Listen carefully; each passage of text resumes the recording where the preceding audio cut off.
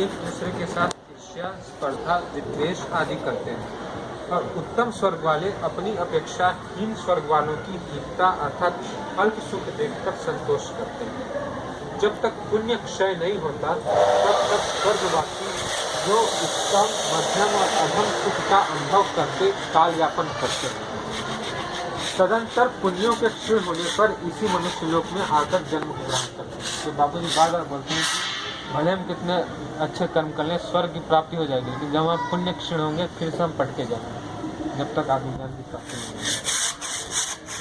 तो वही कहते हैं कि तदनंतर पुण्यों के क्षीण होने पर फिर इसी मनुष्य लोक में आकर जन्म ग्रहण करते हैं।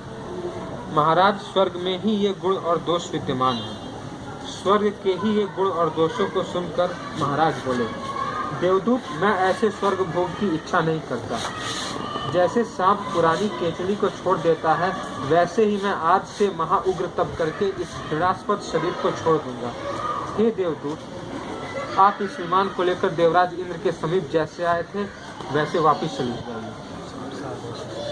आपको नमस्कार है। देवदूत ने कहा, सुंदरी, राजा के योग कहने पर मैं वह निवेदन करने के लिए इंद्र के पास गया। वहाँ जो वृत्तांत हुआ था वह सब मैंने देवराज इंद्र को कह सुनाया। राजा अरिष्टनेमि की स्वर्ग के प्रति विरक्ति देखकर उन्हें बड़ा आश्चर्य हुआ।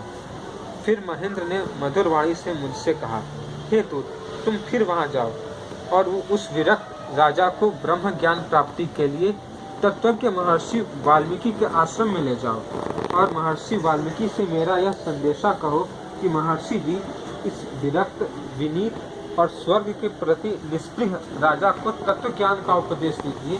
तत्व ज्ञान के उपदेश से संसार दुख से पीड़ित वह क्रमशः मुक्ति को प्राप्त होगा।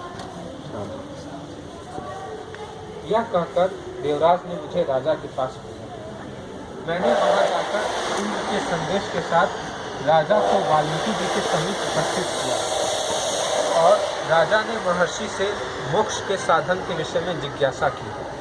तदनंतर वाल्मीकि जी ने राजा से प्रीतिपूर्वक देश, धन, पुत्र, तप आदि के प्रश्न द्वारा आरोग्य कुशल पूछा। राजा ने कहा, भगवान, आप सब धर्मों के तत्वों को जानते हैं और जितने ज्ञातव्य विषय हैं उन सबके आप ज्ञाता हैं। मैं आपके दर्शन से कृतार्थ हूँ, यही मेरी कुशल है। भगवान, इस समय मैं जिज्ञासु और संसार दुख से कातर हूँ। जिस भांति विघ्न न आवे वैसे मुझे तत्व का उपदेश दीजिए, जिससे मैं संसार बंधन रूप पीड़ा से मुक्त हो जाऊं। हरिओम। सभी भाई युवा सेवा संघ दिल्ली के YouTube चैनल को सब्सक्राइब करें। हरिओम।